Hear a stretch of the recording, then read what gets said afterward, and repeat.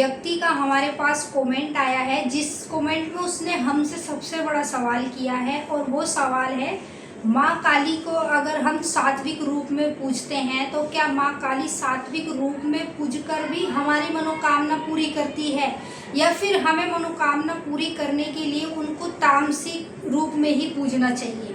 तो ये सवाल सबसे बड़ा है और 99% लोग इसी सवाल को ज़्यादातर हमसे करते हैं। तो मैंने सोचा आज उनको उनके सवाल का जवाब हम इस वीडियो के माध्यम से दें और पूरे विस्तार से उनको समझाएं। क्या सात्विक रूप से पूजने में ही मनोकामना पूरी होगी या फिर आपको तामसिक रूप में पूजना पड़ेगा। तो जानने से पहले यदि आप महाकाली भगत ज्ञान यूट्यूब चैनल पर नए आए हैं तो अभी सब्सक्राइब करें और जो बेल आइकन है इसको ऑल पर सेट कर लें ताकि हमारी जो भी न्यू वीडियो आए उसका नोटिफिकेशन सबसे पहले आप सभी भक्तों के पास पहुँचे। अगर ये वीडियो पसंद आए तो प्लीज़ लाइक करें और ज़्यादा से ज़्यादा शेयर करें ताकि आगे और लोगों तक भी पहुँचे और उनको भी पता चल जाए इस चीज़ के बारे में। तो चलिए वीडियो को शुरू करते हैं और सीधा सीधा आपको बताते हैं मनोकामना पूरी करने के लिए माँ को किस रूप में पूजना चाहिए। देखिए, ये ज़रूरी नहीं होता कि आप किस रूप में माँ को पूज रहे हैं, ठीक है, और माँ आपकी उसी मनोकामना को उस रूप में पूरा करेगी, ऐसा कुछ नहीं होता। क्योंकि ये जो आपने सवाल पूछा है ना मुझसे, ये बहुत ही डिफ़िकल्ट सवाल है और ये सवाल ना हर किसी के मन में रहता है, क्या हम माँ को तामसिक रूप में पूजें, क्या सात्विक रूप में पूजें। देखिए, आप किसी भी रूप में पूजिए, ठीक है, अगर माँ को आप सच्चे मन से पूज रहे हैं, सच्ची श्रद्धा से पूज रहे हैं तो वह आपकी मनोकामना तुरंत पूरी करती हैं। अगर आपके मन में पाप है या किसी के प्रति आप गलत सोचते हैं तो ऐसे लोगों की मनोकामना पूरी नहीं होती और ऐसे लोगों से माँ कभी प्रसन्न नहीं होती। तो आपने जो सवाल किया है ना कि सात्विक रूप में पूजेंगे तो क्या माँ हमारी मनोकामना पूरी करेगी, तो ऐसा कुछ भी नहीं है। आप चाहे सात्विक में पूज लो चाहे तामसिक में पूज लो, माँ अपने भक्तों की मनोकामनाएं पूरी करती ही करती है जो सच्चे मन से सच्ची श्रद्धा से उनकी भक्ति पूजा पाठ करता है। अब बात करेंगे तामसिक में कौन पूजता है और सात्विक में कौन पूजता है। इसमें ये भी नहीं होता कि 10 बंदे अगर माँ को तामसिक में पूज रहे तो आप भी उसको देख के तामसिक में पूजोगे, ठीक है। इसमें ये भी नहीं हो रहा कि 5 लोग माँ को सात्विक रूप में पूज रहे तो आप भी उसे सात्विक रूप में पूजोगे। आप ये चीज़ देखो कि आपके घर में माँ काली किस रूप से पीढ़ी से पूजती आ रही है, ठीक है। जैसे देखिए, किसी के घर में माँ तामसिक रूप में पूज रही है, कोई माँ को बकरे की बलि दे रहा है, कोई सूअर की बलि दे रहा है, कोई बकरे की कलेजी पर चला रहा है। अनेक तरह का जो तामसिक भोग होता है वो माँ को दिया जा रहा है। अब किसी के घर में माँ सात्विक रूप में पूजती है, जो उनकी मतलब पहले से ही उनके घर में सात्विक रूप से पूजती आ रही है, तो माँ उनके हाथ से सात्विक ही भोग लेती है, वो कभी तामसिक नहीं मांगती। तो ये डिपेंड नहीं होता कि आपकी मनोकामना पूरी होगी तब जब आप सात्विक में पूजेंगे या तामसिक में पूजेंगे, ऐसा कुछ नहीं होता।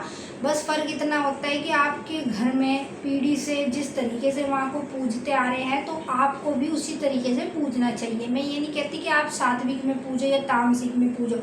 आपके घर में पहले से जैसे माँ को पूजते हैं, कुछ लोगों के घर की कुल देवी माँ काली होती है, तो आपको भी उसी रूप में माँ को पूजना चाहिए। अब जो अनेक लोग होते हैं मतलब जिनके घर में माँ को तामसिक चीज़ें नहीं चढ़ती, सिर्फ सात्विक चीज़ें चढ़ती, जैसे लौंग, बतासे, नींबू, जायफल, सूखा गोला, नारियल, मिठाई, पेड़ा, पान, ये सब चीज़ें ही लोग चढ़ाते हैं।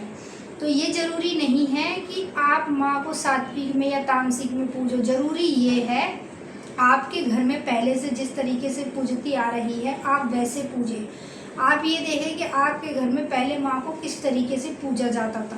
क्या माँ को तामसिक चीज़ें चढ़ाई जाती थी? अगर चढ़ाई जाती थी तो आपको भी उसी तरीके से पूजना चाहिए। अगर नहीं चढ़ाई जाती थी तो फिर आपको नहीं पूजना चाहिए। इस तरीके से हमें माँ को अपने घर में पूजना चाहिए। तो ये जो आपका सवाल था ना, ये बहुत अच्छा सवाल था। तो मुझे भी इस सवाल को देख के मतलब ये लगा कि हाँ, मुझे इस पर वीडियो बनानी चाहिए और इस वीडियो के माध्यम से ही आपका रिप्लाई करना चाहिए। तो जो भी भक्त जिसने हमें कमेंट किया था, आई होप वो इस वीडियो को भी देख रहा होगा और उसको इस वीडियो के माध्यम से पता भी चल गया होगा माँ काली को सात्विक रूप में पूजना चाहिए या फिर तामसिक रूप में पूजना चाहिए, किस रूप में पूजने से माँ काली हमारी मनोकामनाएं पूरी करती है।